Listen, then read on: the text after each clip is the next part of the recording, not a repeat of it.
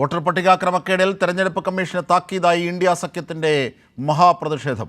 തെരഞ്ഞെടുപ്പ് കമ്മീഷൻ ഓഫീസിലേക്ക് പ്രതിഷേധ മാർച്ചിൽ അണിനിരന്നത് 300-ലധികം എംപിമാരെ അറസ്റ്റ് ചെയ്ത് നീക്കി. മാർച്ചിന് നേരെ പ്രകോപനവുമായി സുരക്ഷാ സേന. ട്രാൻസ്പോർട്ട് ഭവന് മുന്നിൽ സംഘർഷം സൃഷ്ടിക്കാൻ ബോധപൂർവമായ നീക്കവുമായി ദില്ലി പോലീസ്. ഇപ്പോൾ വിവരങ്ങളുമായി സ്വാതി സന്തോഷ് ഞങ്ങളുടെ പ്രതിനിധി ചേരുകയാണ്. സ്വാതി, ഇന്ന് നടന്ന പ്രതിഷേധം, അതിനെതിരായി പോലീസ് സ്വീകരിച്ച നടപടി, ആ പ്രതിഷേധത്തിനൊടുവിൽ ഇന്ത്യ സഖ്യത്തിലെ എംപിമാർ പറഞ്ഞത്, സമഗ്ര വിവരങ്ങളിലേക്ക് പോയാൽ. ബീഹാർ വോട്ടർ പട്ടിക ഉൾപ്പെടെയുള്ള വോട്ടർ പട്ടികയിലെ ക്രമക്കേടുകൾ ചൂണ്ടിക്കാണിച്ചുകൊണ്ടാണ് ഇന്ന് തെരഞ്ഞെടുപ്പ് കമ്മീഷൻ ആസ്ഥാനത്തേക്ക് ഇന്ത്യ സഖ്യ എംപിമാരുടെ ഒരു വലിയ പ്രതിഷേധ മാർച്ച് സംഘടിപ്പിച്ചത്.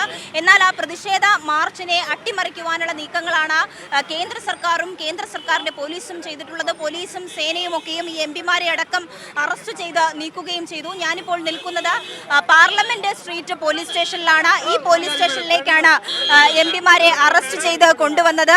അതിനുശേഷം 1 മണിക്കൂറിലേറെ ഈ പോലീസ് സ്റ്റേഷനിലുള്ളിൽ ഇവരെ എംപിമാരെ അടക്കം ഇരുത്തുകയും ചെയ്തു. ഇപ്പോൾ ഓരോ എംപിമാരായി പോലീസ് സ്റ്റേഷനിൽ നിന്ന് പുറത്തേക്ക് പോയിട്ടുണ്ട്. ഇനിയും പാർലമെന്റിനകത്തും പുറത്തും പ്രതിഷേധം ശക്തമാക്കാൻ തന്നെയാണ് ഇടത് എംപിമാർ ഉൾപ്പെട്ട ഇന്ത്യ സഖ്യ എംപിമാർ തീരുമാനിച്ചിട്ടുള്ളത്.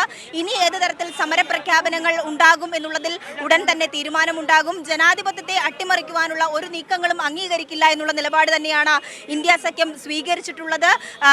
വോട്ടവകാശം നിഷേധിക്കപ്പെടുന്ന സാധാരണക്കാർക്കും ന്യൂനപക്ഷങ്ങൾക്കും ഒക്കെയും വേണ്ടിയും ഇനിയും ശബ്ദം ഉയർത്തും. അടുത്ത ദിവസങ്ങളിലും പാർലമെന്റിൽ ഈ വിഷയം സജീവമാക്കാനാണ് ഇന്ത്യ സഖ്യ എംപിമാരുടെ തീരുമാനം.